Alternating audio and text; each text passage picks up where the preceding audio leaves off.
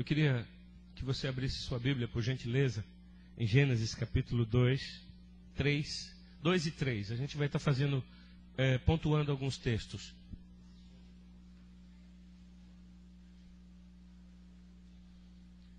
Nós vamos ler no capítulo 2, o verso 4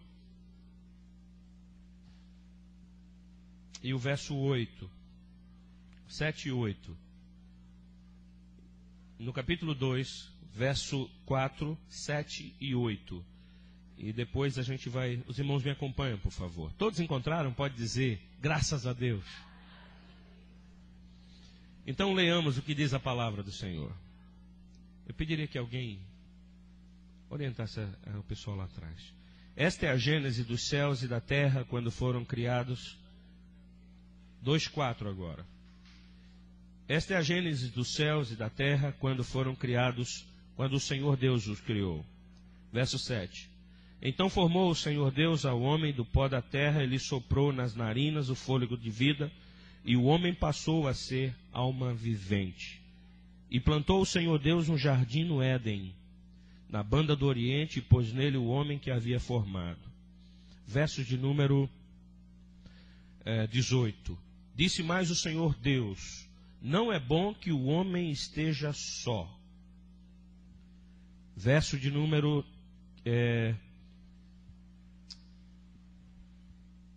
no capítulo 3 agora, verso 1. Mas a serpente, mais sagaz que todos os animais selváticos que o Senhor Deus tinha feito, disse à mulher: é assim que Deus disse, não comereis de toda a árvore do jardim? Respondeu-lhe a mulher: do fruto das árvores do jardim podemos comer, mas do fruto da árvore que está no meio do jardim, disse Deus, dele não comereis, nem tocareis nele, para que não morrais. Então a serpente disse à mulher: é certo que não morrereis, porque Deus sabe que no dia em que dele comerdes, se vos abrirão os olhos, e como Deus sereis conhecedores do bem e do mal.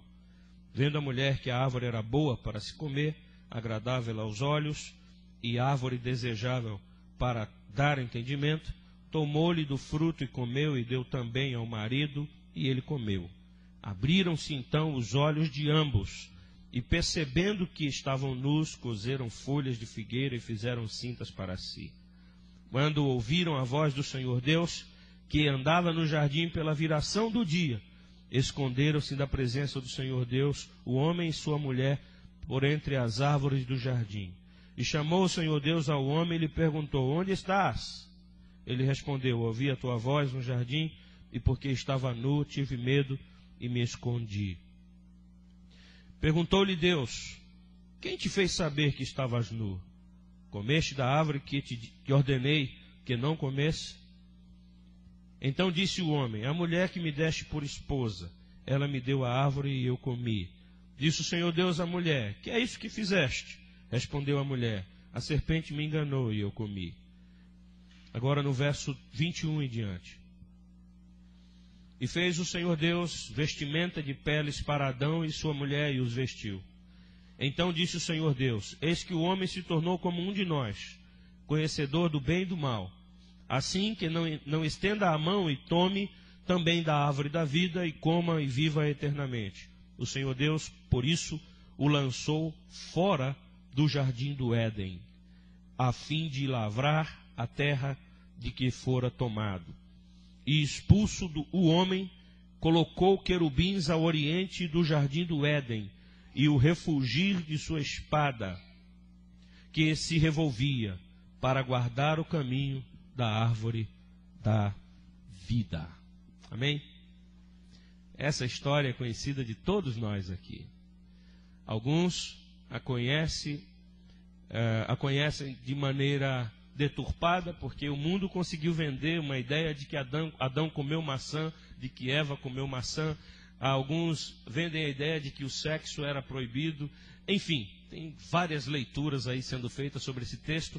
E hoje eu quero mexer com as entranhas de vocês, tentando trazer alguma coisa, uma leitura diferente, uma leitura nova que me ocorreu hoje pela manhã e que me impactou de alguma maneira. E eu queria dividir isso com vocês. Não vou ficar com essa bomba sozinho. A gente tem que dividir essa experiência. Estamos acostumados a ouvir nas igrejas por aí afora, eu desde garoto ouço isso, a pergunta de Deus, a célebre pergunta de Deus: Adão, onde estás? Hoje eu quero transferir essa pergunta para Adão e perguntar: Deus, onde estás? Parece ser essa a necessidade da existência humana em toda parte do cosmo, onde há o homem, essa pergunta o acompanha: Deus, onde estás?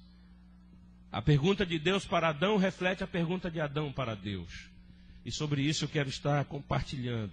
Parece que o Éden é o espaço de algumas ausências. Parece que há algumas vagas aí que não foram preenchidas. E a gente faz questão de não querer ver. Porque se a gente vir isso, a gente pode ter abalado a nossa estrutura. Estamos acostumados à ideia de que a onipresença de Deus preenche todo o tempo o coração do homem, quando na verdade a onipresença de Deus está em todo o universo, em todas as partículas, das mínimas às maiores, das micros às macros. Deus está lá.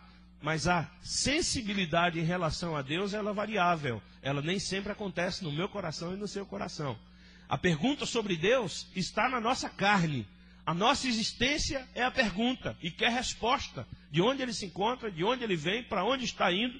E, acima de tudo, o homem ainda é um homem sem respostas às perguntas. Por isso nasce a religião, por isso nasce a filosofia, por isso nasce a antropologia, querendo desvendar os mistérios, o segredo da experiência humana na face da terra. Terra de onde fomos tirados, terra para onde fomos expulsos, terra que fala da nossa essência, que fala de nós mesmos, não somos em nada diferente dela. E aí eu quero trabalhar essas ausências no texto de Gênesis 2 e 3. A primeira pergunta é: onde estava a serpente quando Deus criou o homem no jardim? A gente simplesmente pega o texto caindo de paraquedas e não se faz as perguntas. Como é que essa serpente foi parar ali? Era a serpente mesmo que estava ali? Ou está o texto elaborando uma linguagem figurativa para falar de seres espirituais que nós desconhecemos com profundidade? Era uma serpente mesmo que sinuosamente estava falando para Adão? Eu acho que cresci o bastante para entender que isso não é verdade. Acho que amadurecemos o bastante para entender que serpentes não falam. Acho que crescemos o bastante para entender que algum povo, em algum momento, está recontando e significando sua história e, através de uma tradição oral ou escrita, está dando sentido à experiência humana mais profunda. Então, eles precisam significar isso. E dentre os animais da terra, encontrar a serpente para figurar aquilo que, devido à sua natureza de sagacidade, devido à natureza da serpente de sutilidade, de facilidade para lidar com a observação, com a tenacidade, com a habilidade de ser traiçoeira, então a serpente passa a ser símbolo de algo que atingiu profundamente a experiência humana. Crescemos o bastante para entender que serpentes não falam. Crescemos o bastante para entender que o texto quer apontar uma realidade que nos segue, que nos acompanha, onde quer que o pé humano pise. Então, essa manhã, eu quero perguntar a vocês: onde estava a serpente? Quando Deus criava o homem. Diz a Bíblia que Deus criou todas as alimárias da terra primeiro, antes que o homem. Deus criou as aves, preparou todas as coisas, o mundo já estava autossuficiente, autodinâmico, estava se autogerando e gerindo. E Deus coloca num jardim, num lugar à parte, o homem nesse local. Parece que a serpente vivia nesse lugar. Por que o homem vai ser colocado onde uma serpente falante se encontra? São perguntas que a gente não tem resposta. A segunda pergunta que me incitou essa manhã foi: onde estava a serpente quando Deus disse ao homem sobre não comer o fruto? Quem disse à serpente que havia uma árvore no jardim que não era para ser comida? Então, a serpente que chega no capítulo 3 para Eva, ela chega falando. Foi assim que Deus disse. É dessa forma que Deus está dizendo. Ela não perguntou nada a Eva. Ela não perguntou nada a Adão. Ela chegou afirmando o que sabia. Onde ela estava quando Deus informava a Adão a árvore e o fruto que não era para tocar? Ela não era onisciente. Então, ela poderia estar no espaço próximo de Adão e Deus.